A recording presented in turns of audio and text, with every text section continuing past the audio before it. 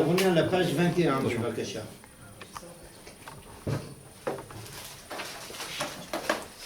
À la page 21, on se rappelle, vous vous rappelez que le Talmud nous expliquait qu'est-ce que c'est. Celui qui veut voir, c'est Mazekin, comment il le voit. Vous vous rappelez qu'il faut une chatte noire et puis tout le processus à découvrir. Alors regardons à la page 21, la deuxième colonne tout en bas, c'est même Zahin, on va terminer notre sujet. En vitesse. Alors on Rav Kook vient nous expliquer qu'est-ce que c'est cette affaire du khatoul, du chat. Alors à la khatoul, Amnou Khazal, nos Chachamim ont dit à propos du chat, Bechile Orayot, Sheinu Makir et Kono. Il ne connaît pas la personne qui lui fait du bien. עכשיו הוא באמת כל הסיבות המזיקות בעולם, toutes les raisons qui peuvent provoquer des dommages, סיבתם האמיתי שכחת השם. Quelqu'un, tout dommage, tout problème qui peut avoir lieu dans notre monde, okay? C'est uniquement lorsque quelqu'un oublie qu'Akadosh Baruch Hu est le patron ici. Uniquement. Si quelqu'un se rappelle et se souvient en permanence, en face des yeux, la présence de Akadosh Baruch Hu, lo yachol la'asot chet. On a touché à ce point-là la semaine dernière. וחיסרון הידיעה הזאת, המשלים את כל חיסרון, מביאה לידי היזק והשחתה. Dès que שוכחים את הקדוש ברוך הוא, tout est possible. בסדר? וכמו שהריד על זה כבר הרמב"ם, comme הרמב"ם l'a déjà précisé, במונה נביאים בשלישי, שהרי בסיבת אפיסת כל ההיזקות יאמר לא ירעו ולא ישחיתו בכל הר קודשי. Lorsqu'il n'y aura plus de raisons, lorsque dans l'humanité, dans l'existence, disparaîtront les raisons de dommages, ça m'est difficile de traduire en français termazéki. Les raisons qui peuvent provoquer des dommages quelconques, des dommages ou des dégâts, Bechol al-Kochi, la suite sera qui maléa al dera et Hashem. Automatiquement, il y aura une connaissance de Dieu. Dès qu'il y a connaissance de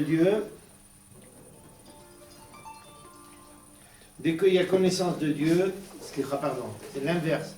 Rambam précise que justement à la fin des temps, il n'y aura plus de nezek parce qu'il y aura connaissance de Dieu. Le Rav rapporte ça pour nous préciser que ou dommage ou connaissance de Dieu. Alken, pour cette raison, je suis déjà à la page 22. C'est là le rapport avec le Khatou, qui ne connaît pas son propriétaire. Il faut, l'accent a été mis dans le Talmud sur le fait qu'il s'agit d'une chatte noire. Le noir exprime l'absence de quelque chose de positif. Je n'ai pas besoin d'expliquer à des étudiants du dernier qu'est-ce que c'est que le noir. D'accord, il n'y a pas de lumière. Achab, il n'y a pas de lumière, autrement dit, il n'y a rien de positif, il n'y a rien qui est éclairé. Achab, biyota hukamta barukamta, il est noir, fils de noir, chez Moréa, la prochaine qui prouve que cette obscurité qui est vrai, Rabbi Yochanan, Rize masgu beresha beresh redra, meikara chashucha. Vehi Bukhrota. Le Rav ramène un texte du Talmud qui met en évidence cet aspect du problème. Vehi Bukhrota qui a aider ou kodem lavaya. Maintenant, qu'est-ce que cette affaire de Bechor? Pourquoi choisir une chatte qui est aînesse? Dites-moi, vous avez peut-être fait attention que dans la création du monde, ce qui précède, c'est d'abord l'obscurité après la lumière. Vaïhi Harev, Vaïhi Boker. D'accord? Pourquoi? Elle va nous expliquer, dans le langage de la Torah, le Herder précède l'existence. Je m'explique. Par quoi l'existence commence? Elle commence par une absence ou elle commence par une présence? D'abord une absence, après une présence. On démarre toujours par un manque qui va être rempli. Donc le principe de Vous voulez ouvrir ça et vous n'arrivez pas? Ils ont quoi? Ils ont cassé toutes les idiotes. Arrête ça 2 secondes, on n'a pas besoin de montrer les choses.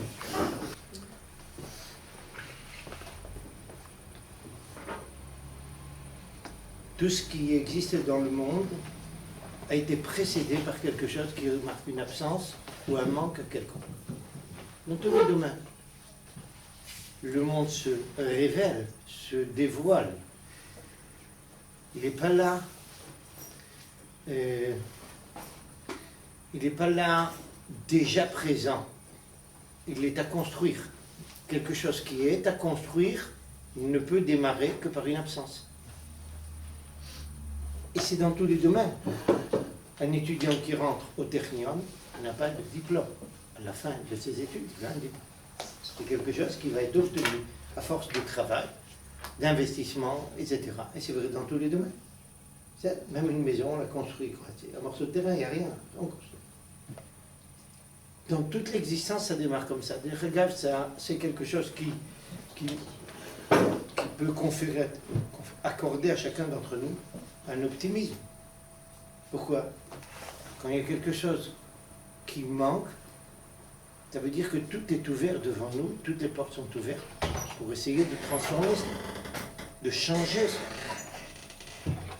À condition que l'être humain soit conscient qu'il est là pour pouvoir changer, pour pouvoir changer. C'est voilà. עכשיו, אז בהיותה הוקמת ברוקמת, pardon, בוכרתה, כי ההיעדר הוא קודם להוויה. L'absence précède l'existence. והחושך סיבה לאור. On ne serait pas conscient qu'est-ce que c'est qu'une lumière s'il n'y avait pas avant ça une obscurité. Une lumière se révèle à l'intérieur d'une obscurité. עכשיו, וקודם לו בהכרח, גם אלו הסיבות הרעות הן סיבות קודמות לטובות. כי כל אשר ברא אלוהים הוא טוב מאוד. והשיליה, que vient faire cette affaire de matrice? Pourquoi la chilia? Regardez ce que dit le Rav. והשיליה היא הסיבה להימצא בעולם השונה. La matrice est ce qui permet d'amener la vie, l'existence. בסדר? עכשיו שהיא בתכונת השכחה שמביאה שלא להכיר את קונה לשתהיה סיבת כל ההזקות שמוכרחות להיות קדומות לכל טוב כי ישב בחושך השם אור לי. והנה בהיות האדם עסוק בחקירות הסיבות הרעות הנמצאות בעולם בין המורגשות, בין הכוחניות, בין השכליות שהביאו גם הם מבוכה גדולה בעולם להשכיח שם השם ולשום מעלות על עונש. Donc, je vois que c'est des choses difficiles. Je pense qu'on a touché au point essentiel. Je crois que ça suffit, on peut passer au sujet d'après. Je voudrais juste les sakem et ce qu'on a vu dans tout ce domaine-là. Avtoukun vous a expliqué ici que tout le principe de Nezek qu'il y a dans le Rolam, il relève d'un manque de conscience de qui est derrière ce monde-ci. Ça, c'est un premier point. Et deuxième point, le manque, l'aspect essentiel qui provoque des dommages dans notre existence, c'est les midot chez l'Adam. Les midot de comportement, comment l'être humain se comporte dans notre monde. Regardez un instant, vous vous rappelez de ce que le Talmud disait, ces habits des chachamim qui s'usent. Qu'est-ce que c'est les habits des chachamim qui s'usent? Quand il y a le vêtement, c'est une expression des qualités humaines, j'ai cherché le terme en français. C'est l'expression des qualités humaines, c'est une façon de parler dans la Torah de Beged. Peut-être des regards pour bien comprendre. Qu'est-ce que c'est un vêtement? Ça s'appelle en hébreu Beged. D'accord? Qu'est-ce que ça veut dire en hébreu livgod? Pardon? Se rebeller, tromper. D'accord? Pourquoi c'est le même terme? Un vêtement et livgod, pourquoi c'est le même terme? Tout simplement la chaussure. Qu'est-ce qu'il fait un vêtement? Il nous cache. Un vêtement nous cache. Donc si un vêtement nous cache, ça veut dire qu'il cache une partie de notre être, de notre nature. Mais c'est là. Donc il est comme Machou chez Boguet qui trompe. Mais c'est là. Vous voyez des regards comment la langue hébraïque est conçue. C'est là, c'est des. A priori, la même racine s'attache à des idées complètement différentes ou qui ont l'air complètement différentes, mais ne sont pas du tout différentes. Mais c'est là. Alors tout ce qui suit, c'est toujours quand l'être humain a des qualités qui ne sont pas ce qu'elles doivent être, ce qu'elles doivent être, à ce moment-là, il ne peut pas ne pas y avoir de Nézek. Automatiquement, il y a un Nézek. Mais c'est là. Bon, on a terminé avec ça, on va passer maintenant à un autre sujet. Un sujet qu'on... בבקשה, מיכאל ציפודיס.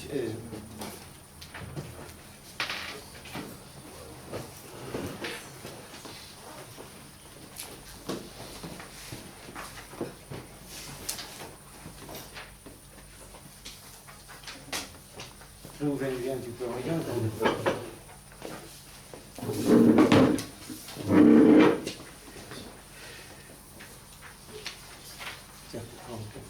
Excuse-moi, j'ai été perdu dans les pensées.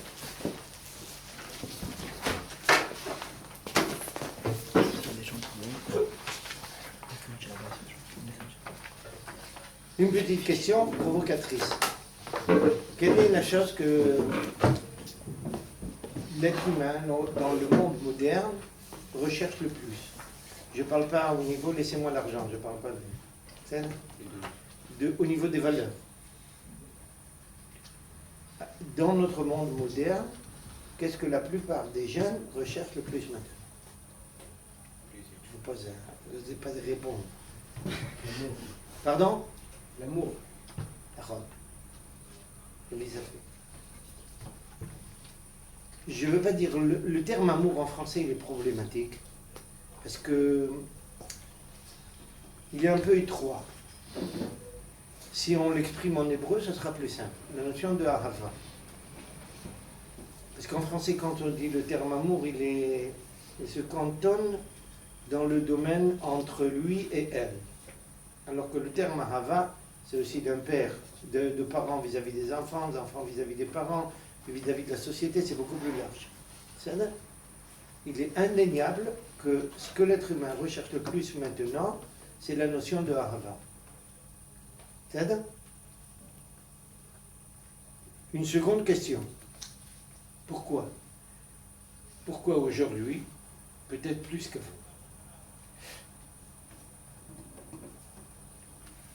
Parce que le monde s'est individualisé. Et alors? Et l'homme se sent de plus en plus seul, donc il a besoin de cette... C'est indéniablement une des raisons. C'est indéniablement une des raisons. C'est peut-être pas la seule, mais c'est indéniablement une des raisons. Bon, puisque vous avez touché à deux points essentiels, on va maintenant essayer de regarder cette notion de Ahava dans la conception de la Torah. Contrairement à ce que les gens pensent, là je crois que, je suis désolé, je suis obligé de vous déranger, amenez-moi des Tanachim. Ils sont là-bas dans la salle. Fais une afsakation. À la page dans Sefer Bereshit,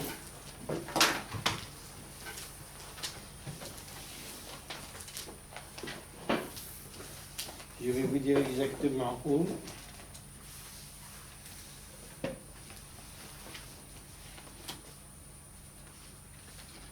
Et prenez au Perek Kaftet, à la page 46.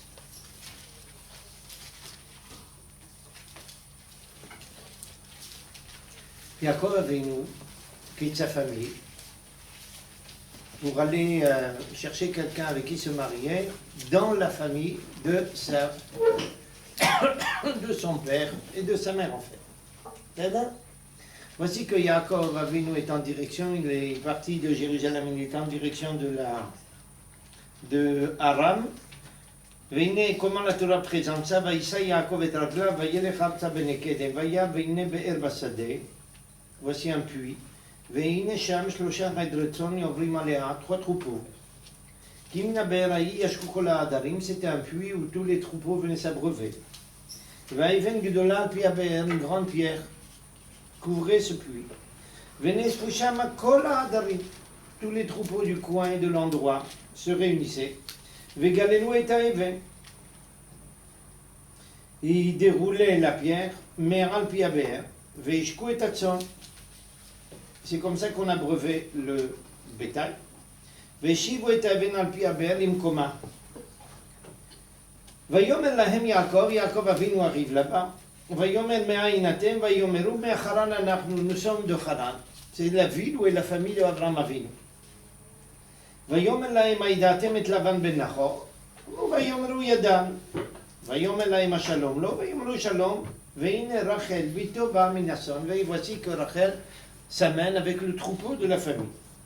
Vayomer hen od hayom gadol, l'orete asef amikne, ashku ason lechureru. Ok? Vayomeru lo nuchal. Yaakov Avinu leur dit, mais pourquoi vous êtes là? L'heure est encore, comment dire ça? Je cherche l'inverse de tardive. Pardon? Pardon? Il est encore tôt, si vous voulez, il est encore tôt. C'est pas le moment maintenant d'aller faire paître le troupeau. Et plus tard, vous viendrez. Que répondent les bergers? Vayomeru lo nuchal. On ne peut pas, il faut qu'on attende que tous les bergers soient là parce que la pierre est tellement grande qu'on n'arrive pas à la bouger si tout le monde n'est pas là.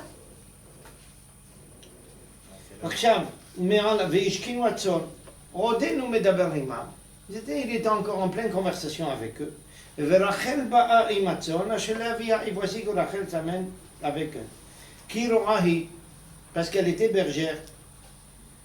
Dès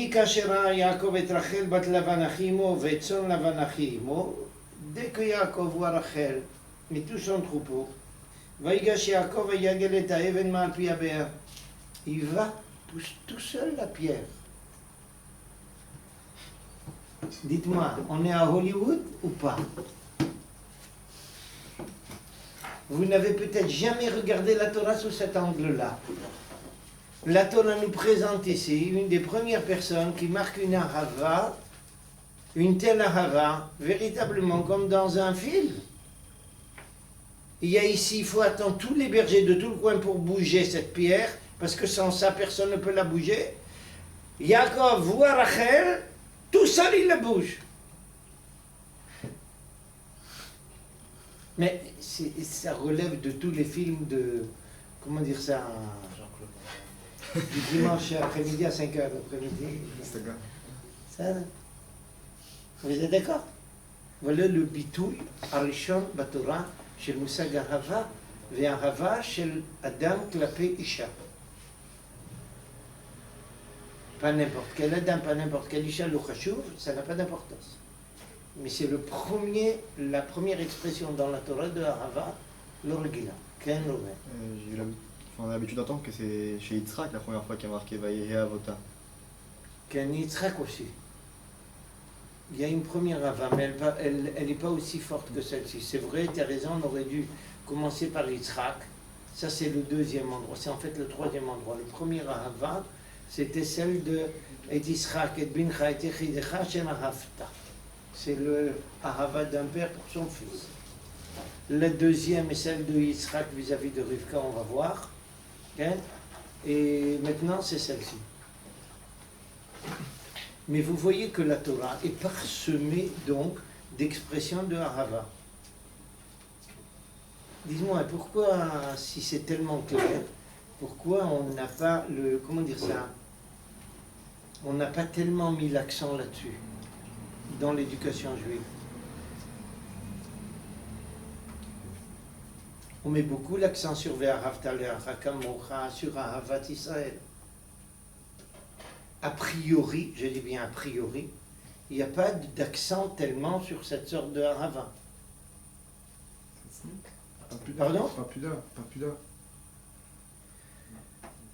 C'est une des raisons. C'est une des raisons. Mais justement, il faut que tu réponds ça parce que j'ai posé la question, tu ne veux pas.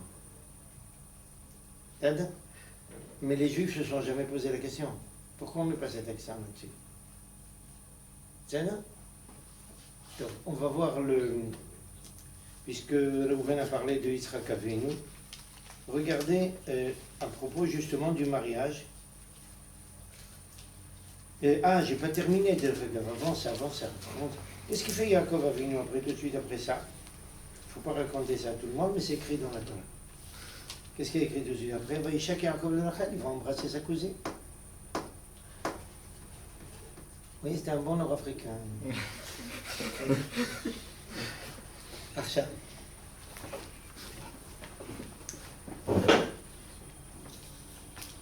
Vous voyez que la Torah est directe. On ne fait pas attention parce que comme on sait que c'est un livre sacré, alors on n'a jamais abordé ça directement, ces sujets-là.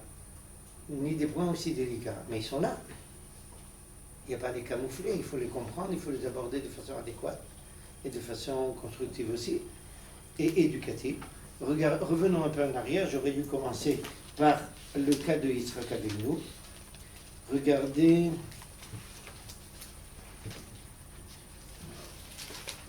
c'est à la page 38. Vous savez bien que Abraham Avinu, après le décès de Sarah, envoie son esclave Eliezer pour aller chercher une femme pour Yitzhak Avinu, dans sa famille une nouvelle fois. Celle-là, regarde un point fondamental. Abraham Avinu ne veut pas une fille de Canaan pour Yitzhak. Yitzhak et Rivka ne veulent pas une fille de Canaan pour leur fils Yaakov. Qu'est-ce qu'a ce pays de Canaan pour qu'il y ait un refus fondamental, essentiel, de liens conjugaux avec des personnes pareilles? Je vais vous le dire parce que c'est très important. Dites-moi, quand quelqu'un veut se marier, qu'est-ce que c'est la première chose qu'il doit vérifier? Pardon? Vous avez peur de me répondre ou quoi? N'ayez pas peur de répondre. La première chose qu'on doit vérifier. C'est des célibataires. Il y a 2 points. Pardon? C'est des célibataires. C'est des célibataires. Ça, c'est toute la vie, c'est pas pour la vie. Archa. C'est vraiment une fille. Est-ce que c'est devenu? C'est vraiment une fille. J'entends pas. Non, des bêtises. Dites-moi, quels sont les 2 premiers points qu'on vérifie dans la conception juive, dans l'esprit juif? Midot. Le 2e point et le 1er point? Mouna. La foi en Dieu et les midot, les qualités de la personne, les valeurs humaines. Ça ne veut pas dire qu'il n'y a pas d'autres choses qui sont importantes, mais c'est les 2 points fondamentaux. Pourquoi? C'est les 2 points, d'abord essentiels à nos yeux en tant que juifs, et c'est les 2 points qui, en principe, n'ont aucune raison de s'atténuer dans la vie. Bien au contraire. Ils ouvrent des possibilités d'amélioration et de progrès toute la vie. Plus quelqu'un est, Ishmaami, plus il aura justement cette capacité d'avancer, de s'élever. Et plus quelqu'un a de valeurs humaines, plus il voudra les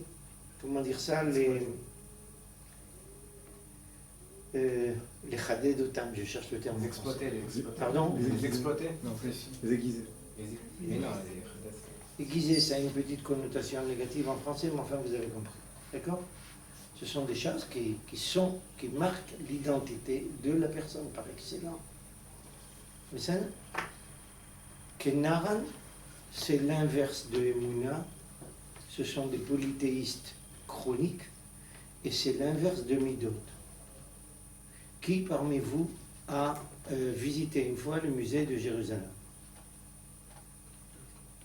Est-ce que vous avez vu une fois, la Machlaka, c'est pas toujours, je suppose que on bouleverse de temps à autre tel ou tel chelek du musée pour présenter d'autres choses, mais est-ce que vous êtes attardé une fois sur tout l'art de Kenaran? Vous avez vu une fois ça ou non? Celui qui a vu ça, vous voyez là-bas d'abord la prostitution partout, dans toute statue. c'est pas juste torevot, mais vous voyez aussi la violence. La violence est plus difficile à voir, mais toute la znout, elle est là, zoreketa de la Shabbat. Donc au niveau des midot, c'est exactement l'inverse des midot. D'accord? Abraham Avinu, aussi bien que Israël et Rivka, pas question de marier nos enfants avec des gens pareils. Un petit conseil, quand vous vous mariez, que ce soit un jeune homme ou une jeune fille, allez voir les comportements de la famille.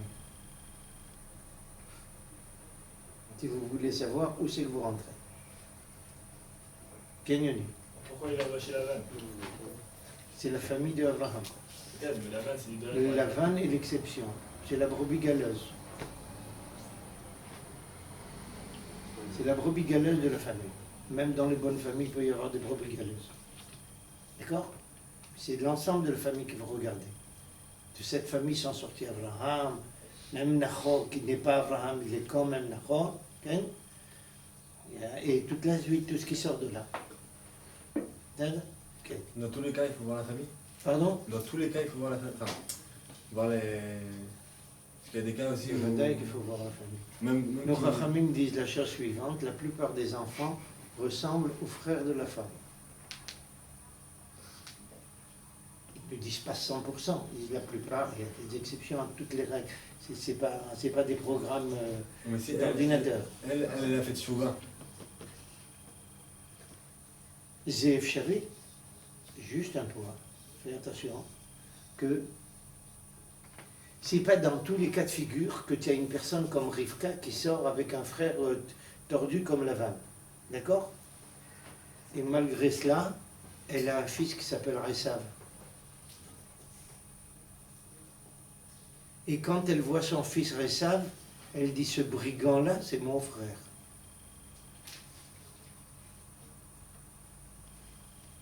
C'est vrai, c'est son frère. Ça ne veut pas dire que c'est forcément comme ça. L'oamatézé. Simplement, a priori, on essaye d'aller dans un cadre qui a toutes les raisons de nous donner le maximum de chance. Il n'y a rien qui est là-bas une garantie. Il n'y a pas de garantie. C'est barou qu'il n'y a pas de garantie. Et il y a des gens exceptionnels qui sont sortis de familles tout à fait tordues. C'est l'exemple par excellence, c'est Ruth Moavia. D'accord? C'est mais a priori, quelqu'un ne va pas à Moab pour aller chercher Ruth. Tu comprends ce que je dis? Je parle de l'a priori. Alors, il y a des exceptions à tout. Il y a des gens qui sont des personnes exceptionnelles avec tout un entourage problématique au possible. C'est pour ça que nos rabbins disent en général. En général, les enfants ressemblent aux frères de l'homme. Et c'est une façon pour quelqu'un de dire, je veux savoir qu'est-ce qui va sortir d'un monde pareil. Alors on jette un coup d'œil. Il peut y avoir des, comment dire ça, des exceptions positives d'Afka, et pas seulement négatives. Tant mieux. Okay. Comment est-ce que Yaakov peut saisir tout ça en un coup d'œil? Pardon? Comment est-ce que Yaakov peut saisir toute la, disons, la beauté, autant intérieure qu'extérieure de Rachel en un coup d'œil? Parce qu'il ne s'agit pas de saisir, ou plus exactement, il ne s'agit pas d'un processus intellectuel. Il s'agit d'un processus qui relève de quelque chose de profond. Voir quelqu'un comme ça et dire « Zéouzé, c'est elle », ben, il faut que ça vienne d'en haut. Alors, c'est pas tous les jours, mais ça existe. Mais ça, là? coup de foudre. Ouais, Pardon? Est-ce qu'il y a une notion de coup de foudre? Oui. Pourquoi pas? Parce que vous êtes tellement blasé du monde occidental moderne et des films, vous ne croyez pas au coup de foudre?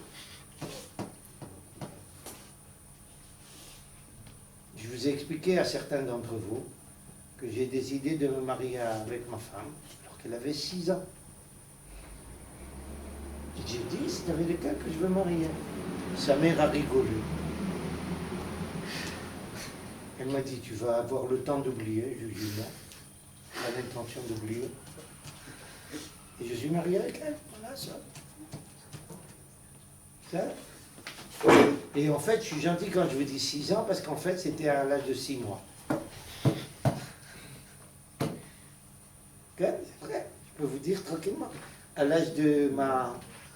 je peux même vous dire que c'était exactement un cas similaire, parce que c'est ma cousine germaine. Comme Rachel avec Yaakov. C'était ma cousine germaine. Un jour, ma tante, pour la première fois, est venue, alors que sa fille avait 6 mois. Il devait sortir la famille le soir, et le bébé pleurait. D'accord? Alors, ils ont dit, mais qu'est-ce qu'on fait? On ne va pas laisser ce petit bébé pleurer. Il a dit, vous inquiétez pas, je vais le calmer. J'ai pris le bébé, je l'ai calmé, j'avais 5 ans. Et puis, j'ai dit, bon, ben, c'était la première rencontre. La deuxième fois, elle avait 6 ans. J'ai dit, je me marie avec elle. Et je me suis marié avec elle. Écoute. C'est Ken. J'ai un problème avec la réponse de Lavan et ses exceptions. Comment il le savait déjà, en plus? Qui ça? Ah, bah, Yitzhak, non, Rivka, comment il le savait? Qui ça? Comment Rivka savait que Lavan c'était l'exception? Je veux dire, toute la famille d'Abraham, vous avez dit que dans toute la famille d'Abraham, il n'y a que la... Non, c'est pas toute la famille, c'est a priori, on va dans un cadre adéquat, on cherche dans une bonne famille. Le peuple juif a toujours cherché une bonne famille pour marier ses enfants. Que ce soit un jeune homme ou une jeune fille, peu importe. C'est la chose la plus normale, la plus naturelle. C'est pas une bonne famille. Enfin, Pardon? La famille d'Avan, c'est pas une bonne famille. Non. La famille de Lavan est une bonne famille. Lavan est une crapule dans une bonne famille. T'as vu, Oui et non, comment il le savait? C'est très simple. Abraham Avinu vient d'une famille de croyants. Et c'est la réponse. Et c'est la réponse de Abraham Avinu à Eliezer. Va dans ma famille, Shama. Il sait qu'il s'agit d'une famille de croyants. Et dans une famille de croyants et de véritables croyants, il y a automatiquement des bonnes midotes. Alors il peut y avoir des brebis galeuses par-ci par-là. Mais il y a des brebis galeuses dans la vie. D'accord. אז עכשיו, בואו נמשיך. Alors vous voyez ici, regardez le cas de Yitzhak maintenant, après avoir vu le cas de Yaakov, regardez le cas de Yitzhak à la page 38, s'il vous plaît. C'est au Perek Kavdalet à la fin. Eliezer, le rêve d'Abraham, va chercher Rivka. Rivka s'amène. Dites-moi, vous connaissez beaucoup de femmes à qui on dit est-ce que tu es prêt à te marier avec Yitzhak? Les compliments peuvent être aussi larges et aussi grands que soi. Elle accepte comme ça. C'est pas du tout trivial.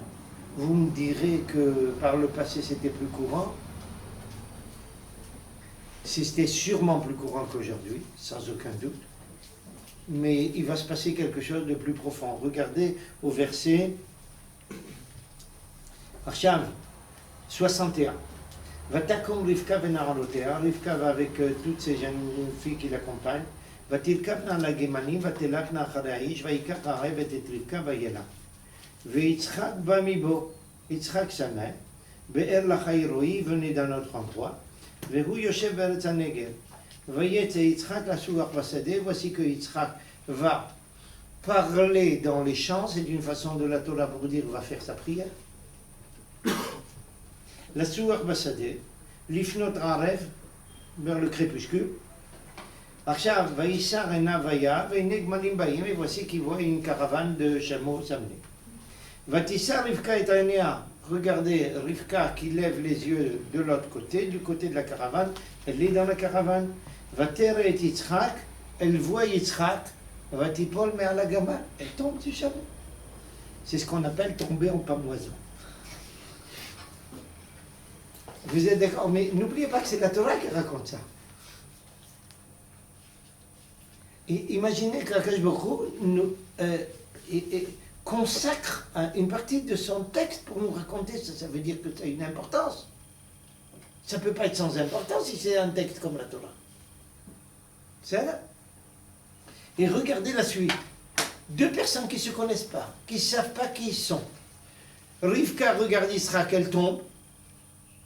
peu importe la raison, mais elle est tombée. Donc, il y a eu un espèce de choc de rencontre, et c'est une rencontre visuelle uniquement.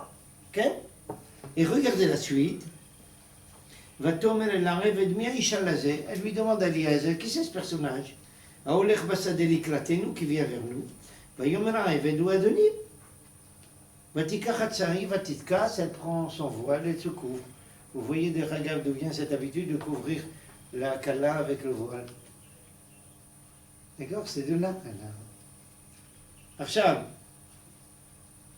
Arsham, au Pasik 67, Vaivia Israka Ohela Saraimo, il l'amène dans la tente de sa mère, Vaikach et Rivka, Vateil Oleisha, Vairavea, et il l'a aimé. Mais je ne comprends pas, a priori c'est dans un monde moderne, on a la difficulté à comprendre comment il peut aimer une personne qui ne connaît pas, juste elle vient à peine d'arriver, déjà il l'aime. Vas-y.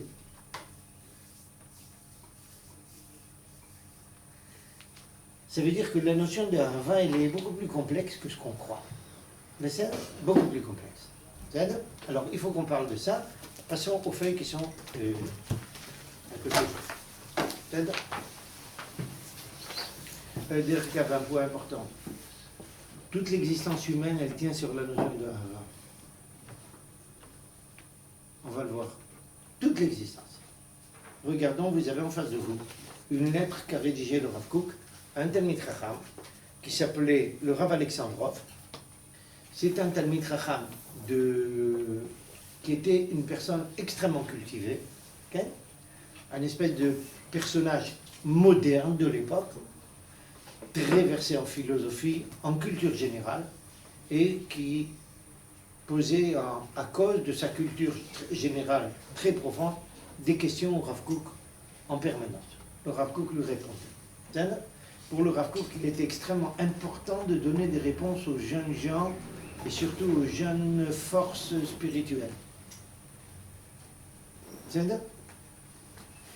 Alors, on va passer tout de suite à la ligne 13. Je saute un petit peu, il y a une introduction où il s'excuse qu'il n'a pas répondu tout de suite, il n'avait pas le temps, mais étant donné que le Rav Alexandrov lui écrit une deuxième lettre, il ne peut pas tarder plus, etc. D'accord, j'ai sauté ce petit chapitre, petit paragraphe. Inneni mouchach lakdim akdama. Je suis tenu de procéder à une introduction. Va'er et tchunat ha'evdel sheben ha'omdim b'pnimiyut ha'ora ilahit, shehi ha'ora enoshit bichlala mitgala be'oran shel Israel, ובין אלו שנמעד ומעט קרצו להם, והינם רפואיים ומתים ליפול, וצריכים חיזוק ורפואה וצער ותומכה. הרב קוק dit, avant de répondre à vos questions, je tiens d'abord à mettre en évidence la différence entre les gens qui sont, il appelle ça, regardez, bipnimiyut ha'ora elahit, à l'intérieur de la lumière divine. En français, ça ne veut rien dire. En hébreu, ça veut dire la chose suivante. La différence entre les gens qui vivent dans un monde juif, où la dimension divine est fondamentale. C'est ce qu'il appelle Pnimiyut Haora Ilai. Achab, Shehi Haora Enoshit Bichlala, qui n'est autre que la lumière humaine, Bichlala Mitgala Beoran Shel Israël. Toute cette dimension particulière de foi en Dieu, qui anime tout ce monde juif qui vit dans le cadre juif, est la base de toute dimension humaine qui se révèle par le biais d'Israël. J'explique. On a affaire ici à des grands personnages, c'est difficile de tout expliquer sur un pied. Et pourtant, il faut s'attarder. Dites-moi, pourquoi on n'a pas le droit de tuer? Ne me donnez pas des réponses égoïstes en me disant parce que je ne veux pas qu'on nous tue. Ça, laissez ça aux animaux. C'est vrai. Je ne dis pas que c'est faux, c'est vrai. Ça peut, mais ce n'est pas notre explication à nous, peuple juif. Pourquoi on ne tue pas? Pourquoi on ne vole pas? Les 10 commandements. Pardon? C'est parti des 10 commandements. Les 10 commandements. Pourquoi Kajvachou nous demande ça? Non, tout le monde. Si chacun tue, enfin, tout le monde tue tout le monde, il n'y aura plus personne. Ils vont se fatiguer, vous savez, si vous devez liquider 1,2 milliard de Chinois, ça prend du temps. Non, il ne faut pas aller aussi haut. N'allez pas. Les raisons pratiques élémentaires de base, elles sont claires, personne d'entre nous discutera là-dessus. Essayez de regarder ça avec plus. Si on porte atteinte à quelqu'un, assassiner quelqu'un, c'est porter atteinte à sa vie. Le voler, c'est porter atteinte à son bien. D'accord? C'est démolir des valeurs. La vie pour nous est une valeur, on ne veut pas la démolir. Le bien de quelqu'un et le respect de quelqu'un, ou plus exactement le fait de ne pas toucher, de ne pas mettre la main sur le bien d'autrui, c'est le respecter. C'est respecter ses droits. C'est respecter sa personnalité. Cet enseignement-là, c'est un enseignement qui vient nous forger chez nous des valeurs humaines. Il ne s'agit pas juste d'une protection sociale. C'est aussi une protection sociale, mais ça c'est à l'échelle la plus élémentaire. À l'échelle la plus sérieuse, c'est autre chose qui se passe. C'est autre chose. Il s'agit de forger des valeurs humaines. Quand Akash Baruch Hu nous dit ne vole pas, ne tue pas, ne convoite pas, respecte ton père ou ta mère, ce sont des valeurs humaines qui sont forgées et qui ont eu leur impact et qui ont encore leur impact sur toute l'existence humaine.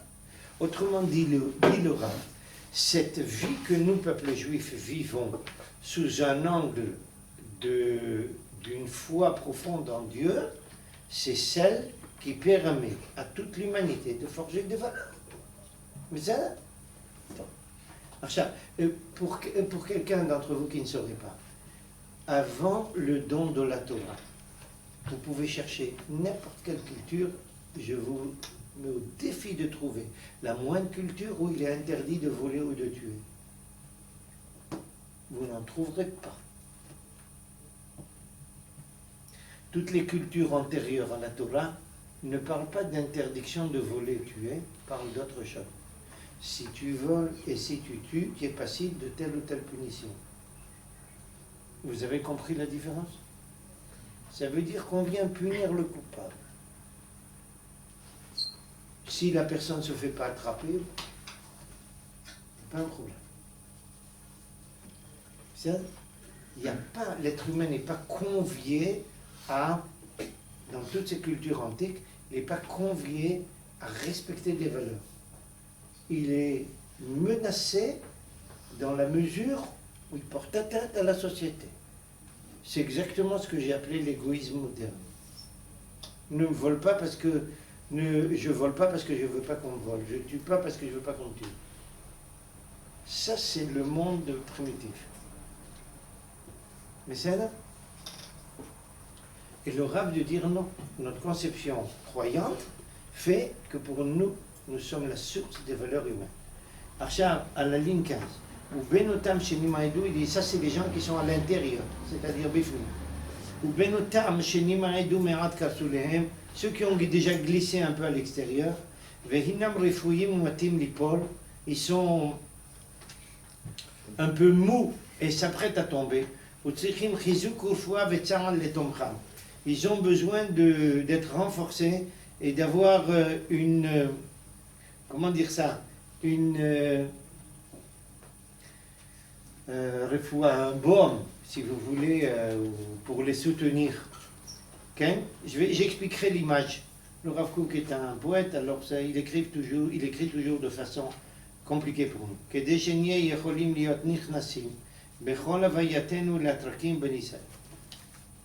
En langage plus élémentaire, le Rav nous dit qu'il y a deux catégories de juifs. Il y a ceux qui vivent dans un monde juif qui respire judaïsme et Torah. Il y a ceux qui sont dehors et qui sont sur le point de s'écrouler, de tomber.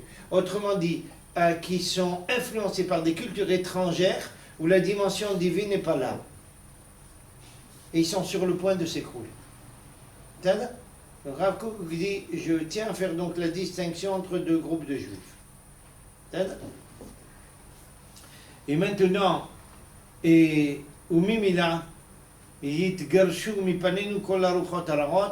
on sait faire attention à ça, on pourra éliminer tous les courants שמבקשות להוציא אותנו חוץ לתחום של קדושת השם יתברך, qui sont là pour nous entraîner à abandonner toute la dimension du sacré qui sanctifie le peuple juif. D'accord? Excusez-moi, je vais vous donner quelques petits exemples.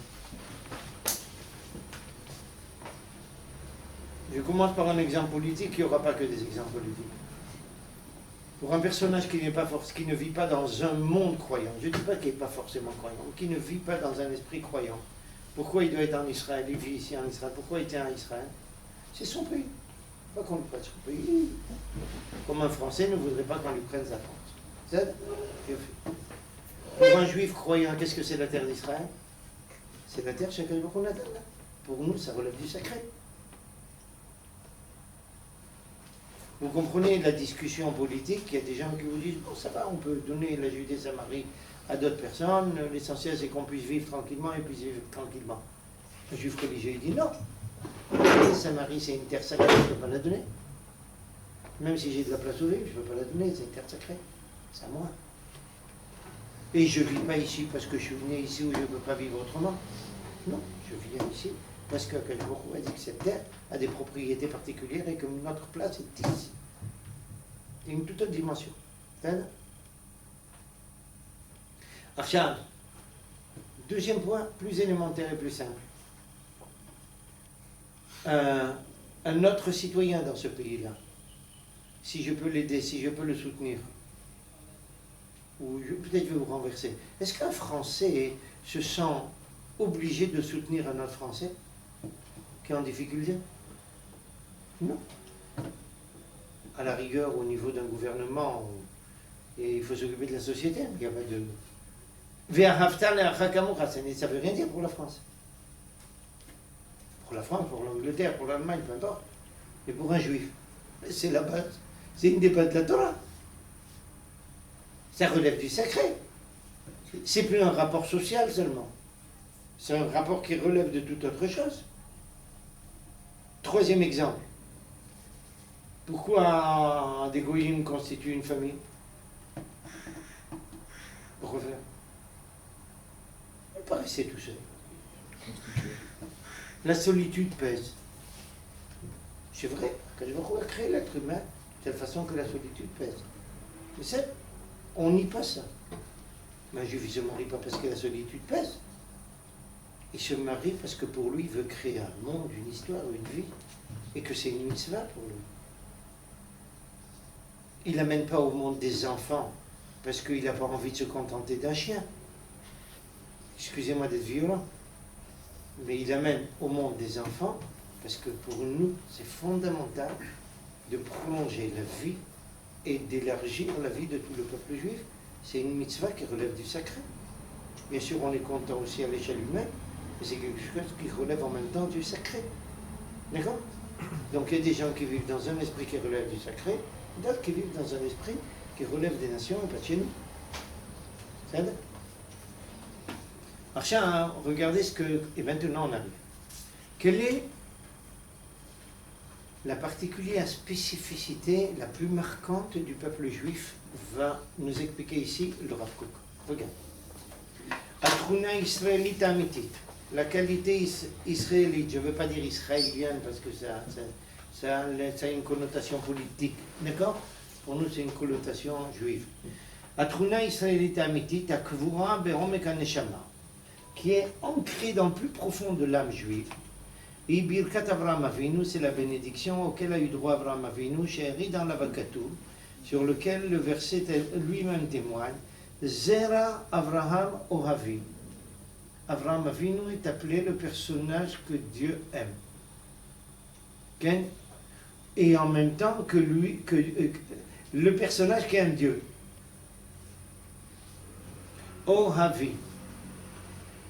C'est là, regarde dans Ahava, il y a toujours réciprocité. Il ne peut pas y avoir de Ahava sans réciprocité. En tous les cas, il ne se maintiendra pas. C'est ça? Par quoi donc nous sommes marqués en tant que juifs? Qu'est-ce qui est la qualité la plus profonde de l'âme juive? Ahavat Hashem. Le juif est un personnage qui aime Dieu. Vous voulez me donner des exemples? Les gens qui sont pas nés qui n'ont pas vécu en yeshiva. Je veux des gens qui ne viennent pas de yeshiva. Donnez-moi un exemple. De Ahavat Hashem. Vous n'avez pas d'exemple en tête? Dites-moi, quand sur la place en face de Notre-Dame de Paris, on a demandé aux Juifs de renier leur Torah ou bien de se faire brûler, qu'est-ce qu'il a fait le peuple juif? Il y a plus grand Ahava que ça. Le sacrifice total de sa propre personne, de sa vie, pour Ahavat Hashem. Dans les inquisitions, dans les pogroms, dans tous les cas. Chez les Arabes,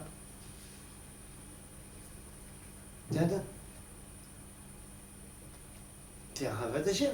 Le peuple juif est un personnage qui a marqué Ahavat Hashem comme jamais quelqu'un n'a pu le marquer dans l'histoire humaine. Essayez de réfléchir pendant 2000 ans. On a été massacrés, on a été bafoués, on a été piétinés dans tous les mondes, dans toutes les cultures.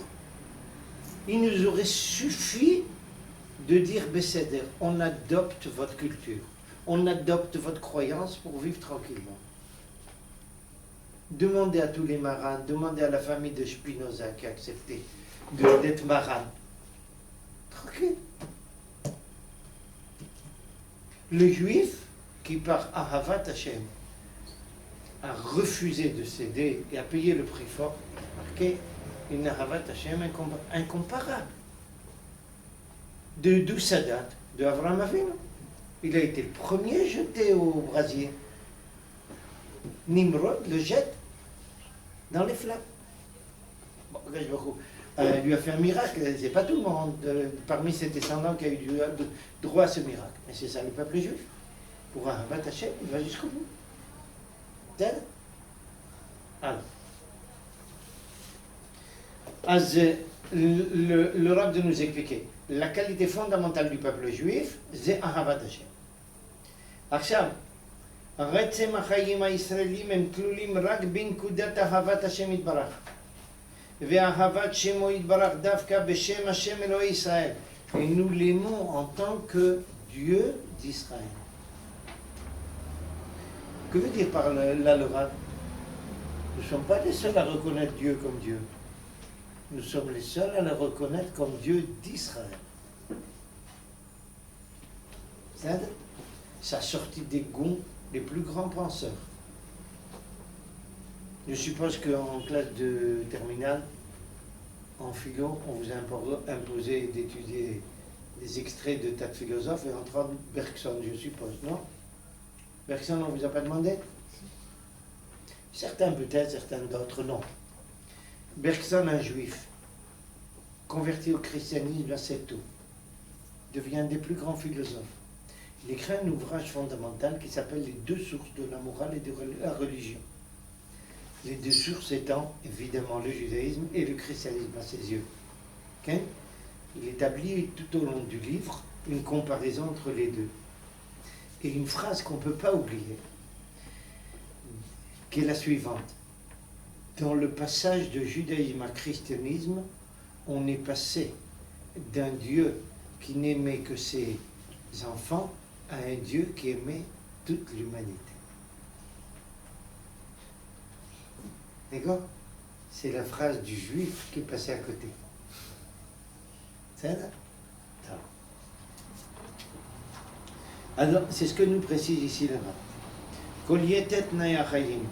Tout le reste des conditions de la vie, הרבים והרחבים, הפרטיים, הכלליים, הינם רק תוצאות ובילויים ליסוד החיים העיקריים. Tout le reste de notre vie tourne autour de ça. Pourquoi on vient en terre d'Israël? Par Ahavat Hashem. Pourquoi on est attaché au peuple juif? Par Ahavat Hashem. Pourquoi on est attaché à la Torah? Par Ahavat Hashem. C'est un autre. Et pourquoi on aime notre prochain? Par Ahavat Hashem. Vous savez qu'il y a des gens qui disent que dans la Torah, il y a écrit « Tu aimeras ton prochain comme toi-même ». D'accord? Il y a des gens qui disent ça. C'est pas vrai, c'est pas écrit dans la Torah. Comme ça, je vous provoque un peu. Qu'est-ce qui est écrit dans la Torah? Prenez Parashat Kedoshim, vous avez le Tanakh entre les yeux.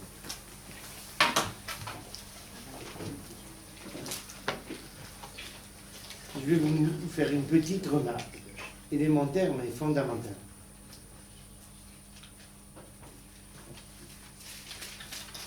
Passez au verset. Et,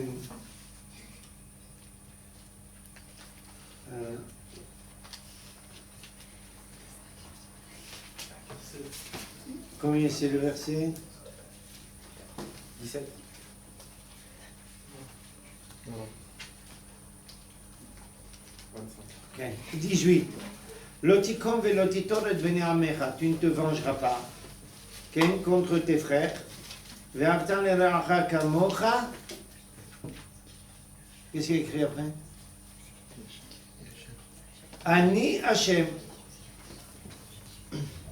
Expliquez-moi qu'est-ce que ça vient faire dans le verset. Ve'avtan le'ra'acha kamocha, Ani Hashem. C'est une façon de dire qu'il n'y a pas de place pour Ve'ahavta le'ra'acha kamocha s'il n'y a pas Ani Hashem.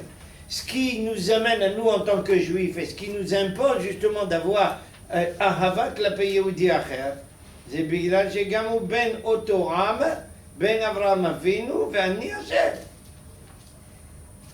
C'est au nom de Dieu qu'il y a cette Ahava, pas au nom d'un rapport social. Mais c'est ça. Vous voyez pourquoi je vous dis qu'il n'y a pas écrit Ve'avta le'acha kamocha. T'aimeras ton projet comme ça. Non, Ve'avta le'acha kamocha, ani Hashem. C'est ça qu'il faut dire. Il faut terminer la phrase. C'est ça. Et c'est très important, n'oubliez pas, c'est vrai dans d'autres cas. Il y a des gens qui vous disent que, en hébreu, en tous les cas, on vous dit que l'être humain nivra betselem. Vous connaissez cette phrase? Shek, lo nivra nu betselem. Les gouyim peut-être, pas nous. Anachnu nivrenu betselem Elohim. S'il n'y a pas Elohim, il n'y a pas de Tselem.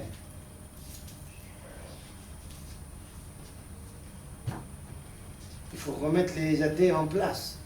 Adonia Nirpad, Betselem chez la Torah n'existe pas. Il y a Betselem Elohim. Si tu mets Akash beaucoup de côté, il n'y a pas de Betselem. C'est ça? Non. Mais ça veut dire quoi par rapport au Goïm alors? Ça veut dire qu'on a le droit de ne pas les respecter? Non, attention, j'ai passé à l'autre chose. C'est entre l'obligation. D'abord, respecter, on ne parle pas de respect dans la Torah. C'est une connaissance de Betsel. Il ne s'agit ni respect ni autre chose, il s'agit d'autre chose. Vis-à-vis des goïms, les goïms, n'ont pas Tselem Elohim, elles ont un. Pas comme nous en tous les cas. C'est-à-dire, mais le fait que quelqu'un n'a pas notre dimension, ça ne veut pas dire que je dois le piétiner. T'avais vu, c'est passé à l'autre extrémité. C'est-à-dire, je suis tenu d'un certain rapport vis-à-vis de mon frère, vis-à-vis d'un étranger, je suis tenu aussi d'un rapport, mais pas au même niveau. C'est pas parce que je suis tenu vis-à-vis de mon frère d'un certain rapport que je dois vis-à-vis de toute autre personne faire l'inverse. Pas besoin d'expliquer ça, là. Le théorème n'est pas inversible comme ça. Stan. C'est ça? Voilà. Rachel. Ok. Cette intention de ce que dit Kadosh Baruch Hu à Hachem, c'est pas trop, ça n'est pas très idéaliste pour nous dire. Est-ce que chaque personne, quand il va aimer son frère, sa femme, est-ce qu'il a automatiquement un amour de Dieu, concrètement dans cette relation? Écoutez bien quelque chose maintenant, puisque tu poses la question. Ce que le Rav Kook enseigne durant toute sa vie, et on va le voir ici, on va le voir dans d'autres endroits, Bezat Hashem, il n'existe pas quelque sorte de harava quelconque qui ne découle pas ou qui ne soit pas imprégné sous une forme ou sous une autre de haravat Hashem. Pour des étudiants du Technion, je vais vous traduire ça en terminologie mathématique qui sera peut-être moins claire, mais en même temps plus claire. Toute ahava est une projection dans un autre domaine de haravat Hashem.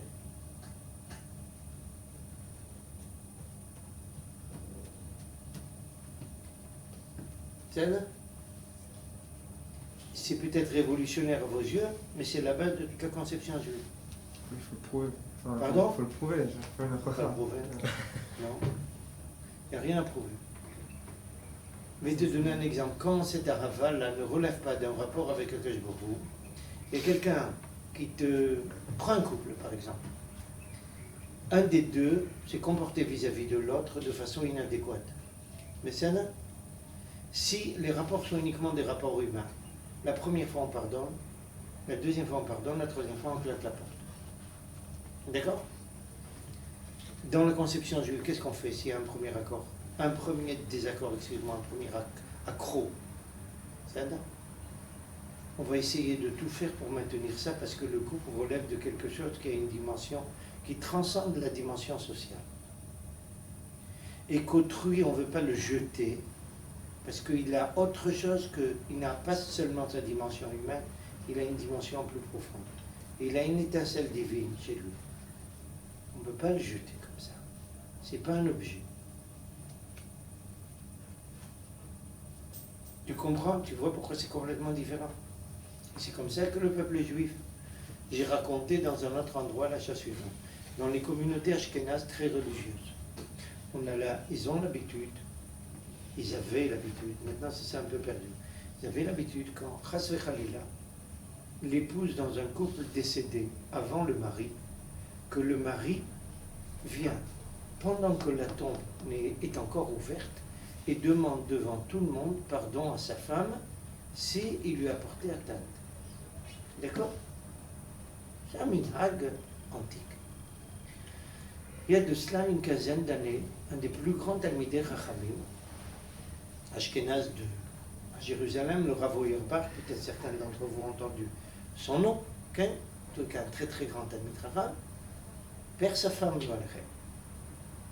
Quand un personnage de telle envergure vient, il y a une levaya énorme, des milliers de personnes sont là, peut-être des dizaines de milliers de personnes. Le Rav est là présent devant la tombe ouverte de sa femme Loana et lui dit, il ne demande pas pardon à sa femme. Évidemment, étant donné l'envergure du personnage, personne n'a osé lui poser la question au moment de la levaya. Plus tard, ils lui ont posé la question, Kvod Harav, pourquoi Harav n'a pas fait suivant le minhag des communautés ashkénazes? Pourquoi il n'a pas demandé pardon à sa femme? Vous savez quelle a été sa réponse? Parce que je ne lui ai jamais porté atteinte. Il ne l'a pas dit pour essayer de camoufler. C'était sincère de la part d'un personnage d'une telle envergure. Il y a quelqu'un qui est capable de dire à la fin d'une vie, je n'ai pas porté atteinte à autrui. Je vais demander pardon parce que je ne lui ai jamais porté atteinte. Mais ça, comment ça peut arriver une chose pareille? Juste quand il y a un lien hyper profond qui relève de quelque chose de plus que le rapport sentimental superficiel. Il y a ici une dimension divine dont on ne peut pas faire abstraction. C'est pas juste une personne, c'est plus que ça. C'est une âme. C'est pas ça qui veut dire quand j'aime ma femme, j'aime Dieu en l'aimant. Enfin, ça paraît pas, enfin, ça paraît vraiment les grandes personnes qui parleraient comme ça. C'est vrai, d'accord. Mais on n'est pas obligé d'arriver aussi loin pour donner cette dimension. On peut se contenter de quelque chose de plus élémentaire. De dire, cette personne-là, c'est Dieu qui me l'a amené. Sans arriver au stade dont tu parles, qui évidemment peut être l'apanage que de personnes d'élite, quelque chose de plus simple, qui est de plus élémentaire et qui est accessible à tout un chacun parmi nous, dire c'est grâce à Akash Borou que j'ai rencontré cette personne-là, et que c'est une matana chez Akash Borou, dans un sens ou dans un autre. T'as vu? Dans cet esprit-là, le rapport il est tout autre, c'est plus du tout le même rapport. T'as vu? Donc, alors continuons chez le Rav. Zoti Atruna, je lis à la ligne 28. Zoti Atruna ikarit shelanu, c'est notre qualité essentielle. Shenit Gabra Banu Bereshit al Yaldutenu, qui s'est amplifié depuis notre plus tendre enfance. Quand il parle de l'enfance du peuple. Ça veut dire depuis Abraham Avinu. Okay? Veyolechet imanu aderad, elle vient et elle nous accompagne jusqu'à la fin des temps. Ve'afal pi sheliframim mitralemet, le chet est une erreur d'impression. Mitralemet, quelquefois elle disparaît. À quoi fait allusion le Rav? Vous trouvez des juifs qui quelquefois sont athéistes, ou se présentent comme athéistes, ou se croient athées, ou ne marquent pas un rapport quelconque avec Akadosh Baruch Hu. D'accord? Quelquefois ça disparaît. Il remet des davka bishvilze, davka à cause de ça, l'achzor ou l'igalot, revenir et se révéler bekoach yoter moneya, avec une force plus intense. כחוק כוח כביר ואדיר שסבל זמן רב מכוח עוצר ומונע, traduisons ça en terminologie, comme un ressort qu'on tire. Quand on le tire, ça se referme avec plus de force. D'accord? Quand on essaye d'éloigner le peuple juif de la Torah et de la croyance, ça reviendra avec plus de force. Il y a des générations comme ça qui ont l'air de s'éloigner, elles reviennent avec force. Regardez, il y a 2 générations, ça allait dans le courant Chiloni. Et maintenant, dans quel sens? Haredi. L'inverse. Tiens. Arsham. Ça, c'est le premier point. Passons maintenant, on va sauter parce que c'est très important ce qu'il y a au milieu, mais c'est difficile. Passons à la deuxième colonne, à la ligne 99, où il y a 3 points. Arroz agadol apnimi shelanu. Notre force gigantesque interne, lorsqu'il va se réveiller, va se clarifier, il ne craindra aucune incroyance et aucun, comment dire ça, désespoir. Il n'aura peur ni de l'athéisme ni du désespoir. Le peuple juif n'a crainte ni de l'un ni de l'autre. Il prend de chaque chose ce qu'il y a de mieux dans son fort intérieur. Non pas parce que comment dire ça, c'est une nouveauté pour lui, qui prise là-bas. Une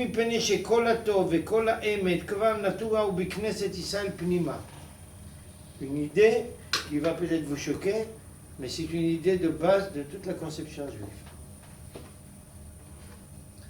Il n'existe pas de valeur humaine qui ne se trouve pas déjà dans le peuple juif.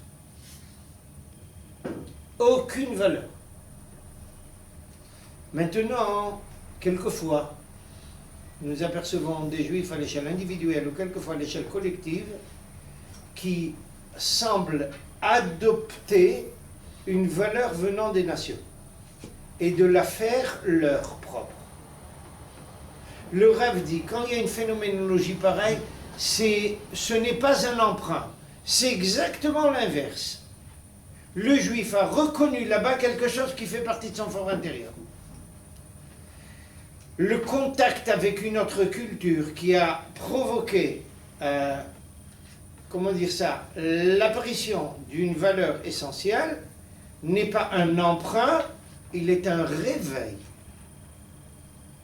Ça a réveillé chez nous quelque chose qui était là, à l'état léthargique. Ok. C'est pareil des cultures? Non, des valeurs. En d'autres termes, le Rav dit de façon claire, toutes les valeurs du peuple juif, c'est l'intégrale de toutes les valeurs humaines. Dans toute l'histoire. Il ne le dit pas comme ça, Stam, parce que c'est sa conception personnelle. Il l'apporte comme, comment dire ça, Makor, comme source à sa déclaration des textes du Talmud. Dans Masechet Megillah et ailleurs. On le verra peut-être la semaine prochaine, parce que maintenant il est tard. Mais c'est une conception juive. Et là, c'est extrêmement important de savoir qu'est-ce que le peuple juif peut recevoir des nations et qu'est-ce qu'il n'a pas besoin des nations. La réponse, elle doit être claire et importante pour vous. Des maths, on peut apprendre des nations, de la physique, de la chimie. Tout ça, on peut apprendre des nations. Et on peut avoir besoin d'eux pour les connaître. Ça, c'est possible. Pas des valeurs. Il me dit des croyances, on n'a pas besoin d'eux. Tout est déjà chez eux. C'est nous qui peuvent leur conférer ça, pas eux. Alors il arrive que quelquefois, au contact, on a l'impression que ça vient de chez eux et ça arrive chez nous. C'est à ce sujet que le Rav dit, c'est pas vrai. Ça apparaît comme ça, mais c'est pas vrai. La confrontation, le contact a été un déclic qui a réveillé chez nous quelque chose qui était à l'état léthargique. Pas un emprunt. Pardon? Vous pouvez donner un exemple? Oui. Je vais vous donner un exemple. Prenez par exemple une conception. Je ne sais pas, vous avez étudié un peu de philosophie de Kant un peu? On vous a enseigné un peu? C'est ça? Mais je crois qu'il faut que je vous donne quelque chose. De quelque chose qui relève plus d'une valeur que d'une conception intellectuelle. Je peux vous les donner dans les conceptions intellectuelles, mais je vais aller sur quelque chose de plus. Est-ce que nous, peuple juif, nous pouvons, a priori, qui c'est qui a enseigné justement aux nations la notion de Ahava, l'importance de Ahava? Qui c'est qui a enseigné dans le monde arabe? Vous n'avez pas de réponse, c'est élémentaire. Qui crie en permanence depuis 2000 ans la Ahava? La chrétienté. D'accord? On a besoin de la chrétienté, nous, pour apprendre la notion de Ahava. C'est nous qui leur avons enseigné ça. D'accord? Maintenant, j'arrive. Demandez à un juif quel doit être le rapport entre un homme et une femme. Rapport de ce qu'on appelle maintenant machoïsme ou quelque chose comme ça, non? Ou un autre rapport plus élégant et plus noble. D'accord? Il vous dira, dans la conception juive, il y a un rapport de machoïsme. D'accord? Et nous apprenons du monde moderne à regarder ça autrement. Mais ça, je vous pose la question, c'est vrai ou c'est faux? Pardon? Pourquoi vous dites c'est faux? Non, donnez-moi un exemple, donnez-moi une base. Si quelqu'un vous pose à un autre étudiante ici au Technion, vous pose la question, donnez-moi une référence. Sur quoi vous faites reposer ce que vous déclarez? Moi, que j'ai trahi. Pardon? J'ai trahi. J'ai trahi? Oui. Mais pourquoi vous êtes allé aussi loin? Les rapports dont on a parlé de Israël et de Rivka, de Yaakov et Rachel, c'est eux. C'est eux nos exemples. Vous avez vu une fois une violence de l'un vis-à-vis de l'autre?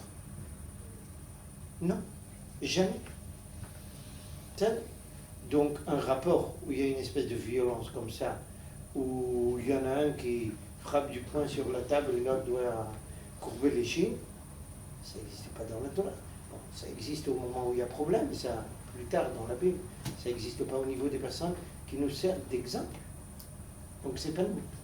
On n'a pas besoin du monde moderne pour nous enseigner ça. Je n'ai pas choisi cet exemple comme ça au hasard. Le féminisme est un courant qui pouvait naître que chez les Goïs, c'est pas de chez nous.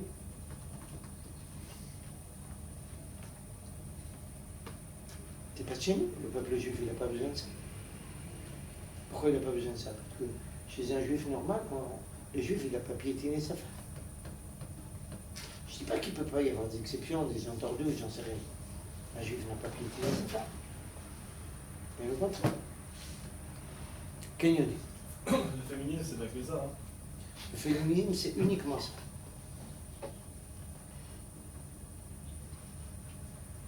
L'émancipation des femmes, c'est pas que parce qu'elles se faisaient battre avant, c'est parce que... Ce que le féminisme exige maintenant est conséquent du rapport des goyim à leurs femmes.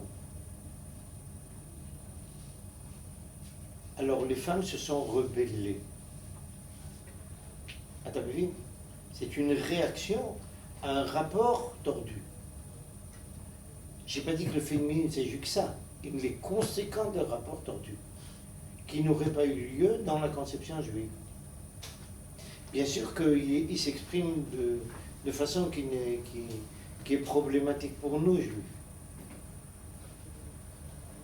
Il y a il y a des femmes qui se plaignent, je sais pas, il y a des chats à côtel, tout ça, il y a toujours des femmes qui cherchent à. Mais voilà, touchons un problème.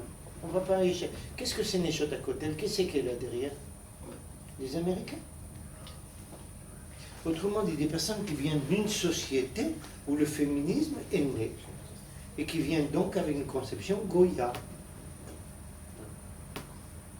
Mais c'est là. Le féminisme a été créé dans les années 60 par essentiellement une grande sophrette américaine qui s'appelle Adrienne Ricci. Il faut lire. Je n'ai pas pensé qu'on allait aborder ça aujourd'hui. J'aurais peut-être dû y penser, peu importe. Si quelqu'un me rappelle ça, j'amènerai la semaine prochaine et je vous lirai quelques textes. Vous allez voir quel hurluberlu c'est la personne en question. Qu'est-ce qu'elle déclare? Il faut que vous écoutiez ça pour savoir comment est né ce féminisme. Bon, maintenant, évidemment, il prend une toute autre tournure. Prendre une toute autre tournure, je veux être partout où il y a un homme. Et je veux être comme un homme. Entre nous soit dit, l'égalité entre l'homme et la femme passe, sans qu'ils en soient conscients, par l'élimination de la dimension féminine. Puisque une femme devient égale que dans la mesure où elle devient un homme. Ils ne sont même pas conscients de l'absurdité, de l'exigence. Mais regarde, moi j'ai fait une proposition, ça fait de nombreuses années que je fais cette proposition. Ça fait 5773 ans suivant nos comptes à nous, que nous on va en première ligne de l'armée. D'accord? Je suis prêt à rester à la maison 5773 ans, envoyer les femmes en première ligne. Vous voulez l'égalité? Ah là, non, ça, là, non, là, allez-y. Tu comprends l'absurdité? C'est un... D'accord, mais on parle. Alors, pour revenir des femmes du côté, pourquoi une femme, elle tient absolument à mettre talit toute filine? Tu veux prier? Tu as besoin de talit toute filine. Là, Matzerez. Tu as une sensation profonde qui veut mettre les tefilines, tu fais comme les filles de Rachid, qui mettaient toutes les tefilines. Mais où ça? À la maison, discrètement. Si tu veux le faire aux côtés du côté exprès, qu'est-ce que tu veux? Je suis là. Et je tiens à vous empoisonner. Pourquoi?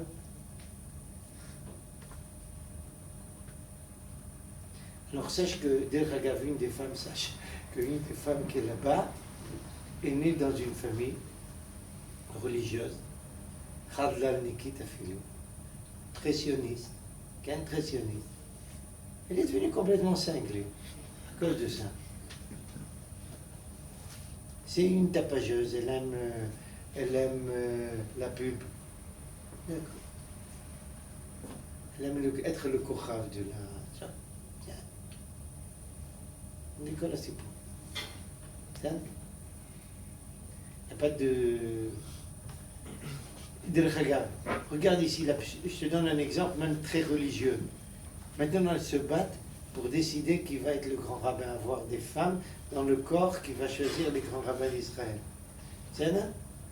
Dis-moi, de combien de mitzvot une femme est dispensée sur les 613? Près de 250 minimum. Alors, elle va décider qui va trancher sur les 613 alors qu'elle est dispensée de 250. Traduisons ça en terminologie élémentaire. Quelqu'un qui n'a pas servi à l'armée va décréter qui c'est qui doit être le Ramatkal. Excuse-moi. C'est absurde. Donc vous dites qu'il n'y a pas de place dans la religion juive, enfin, il n'y a aucun besoin d'émancipation, de plus d'émancipation dans la religion juive pour les femmes. Qu'est-ce que c'est l'émancipation? Pourquoi on était au ghetto? Je sais pas. Qu'est-ce que ça veut dire l'émancipation? Si jamais une femme maintenant elle veut mettre cette fille au cotel, non. Tout le monde. Non, au cotel, non. Si elle me dit je veux mettre à la maison, je lui dis parce que si tu veux marquer, qu'est-ce que c'est? Si tu veux marquer un rapport profond avec Dieu et tu as envie de le marquer sous cette forme-là, Tu n'as pas besoin de pub pour ça, de public. Au cotel. Pourquoi tu as besoin de public? Pardon? Au cotel. Pourquoi les hommes vont au cotel aussi? Mais pour. Kodem Kol, tu sais, on peut toujours poser la question là ou jamais. C'est ça? Mais à partir du moment où tu sais que c'est quelque chose qui, vient marquer une différence, pourquoi tu es absolument obligé de le marquer comme ça? Tu tiens absolument à le faire pour sortir d'autres personnes des gonds lama. C'est ça? Archab, sans compter d'autres problèmes. Tu n'es pas obligé. Tu veux l'ikro Torah? Ça, c'est la pure absurdité que les féministes israéliens veulent. Pourquoi on lit la Torah? Dites-moi, une femme, elle est mechouyevet betalmud Torah ou non? Elle est tenue d'étudier la Torah, une femme, oui ou non? Alors pourquoi elle veut lire la Torah? La lecture de la Torah, c'est pour nous enseigner à l'étude de la Torah. Pourquoi elle vient lire? Tu veux prouver que tu es capable de lire? On en est convaincu. On n'a pas de doute là-dessus. Ma grand-mère connaissait à peu près tout son Talmud par cœur. Elle ne savait pas lire ni écrire. Vous savez comment? Il y avait des centaines de rabbins qui passaient à la maison en permanence. Elle entendait les discussions sur le Talmud en permanence. Elle enregistre. Ah bah, ça ne veut pas dire que je dis qu'il ne faut pas apprendre à une femme à lire et écrire. Faites attention, vous ne mettez pas dans la puce que j'ai pas dit. Maintenant, je vais être provocateur puisqu'on est au Technion. Je vais être direct là vis-à-vis des jeunes filles. Vous allez finir votre diplôme d'ingénieur. À 7h du matin, vous êtes dans l'autobus. À 8h du soir, plutôt, vous rentrez. Qui c'est qui s'occupe des enfants?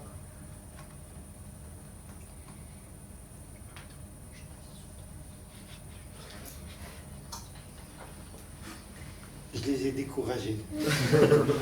Non. Il y a des, elles seront obligées un jour de choisir entre la famille ou la carrière. Sauf si elles ont un domaine, par exemple archivie, où on peut travailler de la maison, architecture, j'en sais rien, médecine. Mais si quelqu'un est ingénieur dans une chevra high-tech, une mère de famille, elle est comme ça. On appelle ça la libération de la femme. Moi, j'appelle ça l'esclavage moderne. Par le passé, elle avait un job, maintenant, elle en a deux. Mais elle a le choix. Pardon? Elle a le choix, c'est ça qui lui change tout. Non, elle n'a pas tellement de choix. Elle a le choix entre... C'est pas un choix. C'est pas un choix. C'est un choix qui, quel que soit le choix qui sera effectué ici, il y aura une valeur qui sera atteinte. C'est le pachut. Mais ça reste son choix. Pardon? Ça reste son choix. Oui, je peux choisir de respecter la Torah ou pas la respecter, c'est un choix aussi. Non, ça ne s'appelle pas un choix pour nous. Sur le plan philosophique, c'est un choix, pas sur le plan de terrain. Voilà. Ok. Je regarde une mère juive qui tient à la famille, pour qui la famille est importante, elle a envie de ça. Envie. Elle peut se retrouver dans une situation où elle n'aura pas le choix, c'est possible. Mais elle ne verra pas ça comme un idéal. Si elle avait devant elle une possibilité de travailler en high-tech en semi-journée, alors ça, ben mettre ça votait pas chute. Le problème, c'est que ça n'existe pas encore. Il faudra que les religions un jour se réveillent et créent une situation pareille. Il y a quelques endroits qui fonctionnent comme ça. Ils sont très restreints encore, à Jérusalem. Et ils ont été créés par des goïms, pas par des juifs. Ce qui est en soi exige un examen. Pourquoi juste des goïms sont capables de faire ça? Il y a à Jérusalem, dans un endroit, une chevra high-tech où travaillent des hommes, des femmes charedim, tout l'âme charedim. C'est là. Les hommes travaillent tout en haut, au 4e étage. Au 3e étage, il y a un bed midrash. Au 2e étage, il y a les mères qui travaillent. Et au 1er étage, la pouponnière. Mais c'est des goïms qui ont fait ça. Parce que si c'était des Israéliens, qu'est-ce qu'ils vous auraient dit? Ma putain, on va faire comme ça, faire distinction entre les hommes et les femmes. Chez nous, pas de distinction. Des imbéciles invétérés. Excusez-moi. Ok. Pourquoi est-ce que cette situation elle ne s'applique pas à l'homme Pardon? Pourquoi est-ce que cette situation ne s'applique pas à l'homme du coup? Quoi? Quelle si, situation? si un homme part travailler de 7h du matin à 20h du soir, pourquoi est-ce qu'il n'abandonne pas son rôle de père de famille? C'est pas un homme. Un homme, il n'éduque pas son fils moralement, il l'éduque intellectuellement, pas moralement, ni humainement. Celui qui éduque moralement et humainement un enfant, c'est sa mère. Donc l'éducation intellectuelle, L'éducation intellectuelle, c'est son travail à lui. Il rentre à la maison, tu prends un livre avec lui. oui. C'est ça la conception juive. Mais tout le reste de la vie, tu as besoin d'une éducation sentimentale, d'une éducation morale, d'une éducation. Qu'est-ce que nos chachamim, est-ce que le afilou dans les proverbes, c'est Altitosh Torat Emecha. Regarde maintenant, puisqu'on a parlé il y a un moment quelque chose, je vais jouer un vilain tour. Je suis sûr qu'à ton âge, tu es conscient de tes qualités, de tes faiblesses. Sans connaître ta famille, Ken, dis-moi, dans tes qualités, tes faiblesses, tu ressembles plus à ton père ou à ta mère?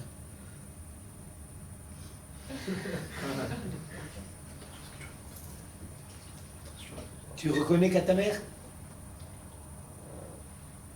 Je parle sentimentalement, je parle pas intellectuellement. C'est pas la peine d'hésiter, on est tous comme ça.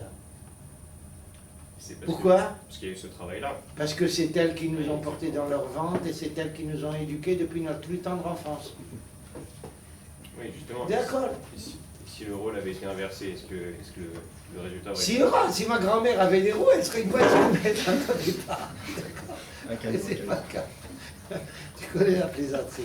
C'est d'accord, c'est cacha. Que le cacha kavaïta roula. Mais heureusement, regarde, essaye de comprendre pourquoi. Si l'éducation sentimentale passait par l'homme, on serait des gens violents en permanence. Nous, les hommes, on a tendance à être plus durs. Quand il y avait encore des hommes, parce que maintenant, tu es très sûr, mais on est plus dur, on est plus exigeant, on est plus tranchant. Et on a besoin de ça de temps en temps. Mais si toute la vie est comme ça, on ne peut plus vivre. Tout devient combat. Tout devient milchama. Un exemple très simple, regarde, quelqu'un m'en a parlé ce matin. Compare une classe où il y a des garçons et des filles à une classe où il n'y a que des garçons ou que des filles. Aucun rapport à l'école. Aucun rapport. Quand il n'y a que des garçons, le moré devient fou. Devient fou. Moi, j'ai un enfant, quand il était petit, il savait qu'il y avait une chose que je pardonne jamais, c'est un enfant qui dit un mot vulgaire. Je pardonne surtout, sauf ça. Jamais j'ai laissé passer. C'est ça? Bon. Alors, j'ai un enfant à qui on a dit des mots vulgaires, il a voulu se défendre. C'est ça? Mais comme, qu'est-ce que fait un autre enfant à qui tu dis un mot vulgaire? Il t'aura un autre mot vulgaire. Alors lui, il savait qu'il ne peut pas prendre. Qu'est-ce qu'il a fait? Il a pris une chaise, il l'a envoyé à la tête de l'autre. C'est pas tout à fait les meilleures solutions pour résoudre les problèmes. T'as vu? En l'occurrence, c'était sur une fille, alors imagine. Bennett, il ne l'a pas tué. בנס, זה כבר אמירה. סתם, אני אומר לך, זה ככה que ברוך הוא ברא את העולם, on a besoin de ça. Pourquoi on met un homme en première ligne, on ne met pas une femme? J'ai bien compris cette différence-là. Je m'interroge sur la différence entre l'éducation morale qui prend tout ce temps, cette nécessité de la présence de la mère continuellement et toute la journée en réalité, alors que la mère, elle ne fait pas plus... cette éducation, elle ne la fait pas formellement. Détrompe-toi. La mère juive le fait par sa simple présence et son comportement. Elle n'a pas besoin de parler. C'est dans son comportement qu'elle, comment dire ça, makrina. Elle aimait déjà ces valeurs. C'est sans parler, tandis que nous, les hommes, c'est exactement l'inverse. Pour enseigner à un enfant quelque chose, on est obligé de lui parler. La mère ne lui parle pas, elle agit, et l'enfant qui vit à côté de ça, il est imprégné de tout ça. Consciemment ou inconsciemment. C'est pour ça que les façons d'éduquer sont complètement différentes, les résultats complètement différents, et on a besoin de cet équilibre-là. Parce qu'on a besoin de compréhension, on a besoin de vie. Qui c'est qui va nous faire ça? Qui va nous réveiller chez nous des sentiments? C'est le père, c'est la mère. C'est là. Comment on appelle une mère dans la conception juive? Rabbi Yossé, le fameux Tana, s'enorgueillait, pas avec la connotation péjorative, se vantait toujours qu'il n'avait jamais appelé sa femme autrement que Habayit Sheli, Beti. Tout ce qu'il y a dans une maison, c'est la mère qui crée ça. Si elle le calme, c'est parce qu'elle est calme. Si c'est explosif, c'est parce qu'elle est comme ça. C'est elle qui décide de ça. Pas du cas où il y a un homme qui est déséquilibré, ou moi je suis au cas de ça. Quand il y a quelqu'un qui est déséquilibré dans un sens ou dans un autre, tout est bouleversé. Mais c'est elle qui crée tout ce qu'il y a autour de la famille. Tu veux savoir qui a éduqué une famille, tu vas voir la mère. Ça, sur le plan, je parle sur le plan humain, sur le plan des valeurs, sur le plan des sentiments. Sur le plan intellectuel, c'est plus le rôle du père. Ça, quand il le remplit. Ça, donc, bon alors, donc c'est pas cette affaire de féminisme, c'est pas pour nous. C'est pas à nous. Une femme, elle a des regards, rappelle-moi ça. Une femme est dispensée de mitzvah tasseh shazman grama, de toute mitzvah qui est dépendante du temps. Comment on appelle ça au Technion? Temporaire. Toute mitzvah, une femme est tenue de respecter toute mitzvah où la dérivée après le temps est zéro. Indépendante du temps. Une mitzvah qui est indépendante, qui fonctionne du temps, une femme est dispensée. C'est philosophiquement, théologiquement parlant, il faut expliquer ça. Et ça, c'est notre réponse au féminisme. Ça? Bon, on parlera de ça la prochaine fois, Bézat Hashem. Vous voyez, quand on parle de Ahava, on parle de tout. On ne peut pas échapper à ça. Je vous l'ai peut-être pas dit, il faudrait que je vous dise. Pourquoi vous êtes venu au dernier? Parce que vous avez Ahava pour le Miksoa. Si vous n'aviez pas une certaine Ahava, vous ne seriez pas venu ici, vous seriez allé à l'heure. Pourquoi quelqu'un constitue une famille? Par Ahava. Pourquoi quelqu'un amène des enfants au monde? Par Ahava.